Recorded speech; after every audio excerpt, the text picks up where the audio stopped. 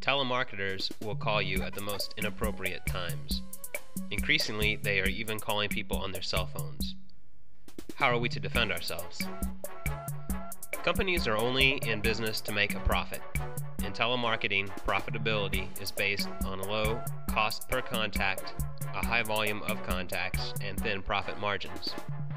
By increasing the average cost of a contact, we can make telemarketing unprofitable, thereby driving telemarketers out of business. How can you do this? When a telemarketer calls you, do what I do. Answer the phone in a polite, courteous tone, and when the terrorist on the other end begins to speak, advise them that the person you want to speak to is busy. Just a minute, I'll get him. I then proceed to put the phone down and walk away. If I'm not especially busy at the moment, I may string them along, picking up the phone every 45 seconds or so. Just a minute. He's coming. Hold on. Once, I kept a woman on the phone for 8 minutes. This has several results.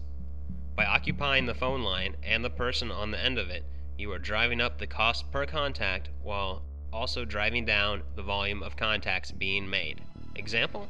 Success is based on converting a small percentage of calls into sales.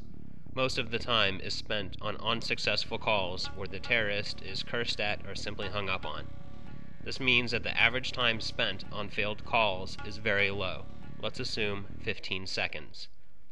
If, by keeping that terrorist on the line, we can increase that average call time to 2 minutes, then they can only make 1/8 the number of calls they previously made, significantly lowering the volume of sales.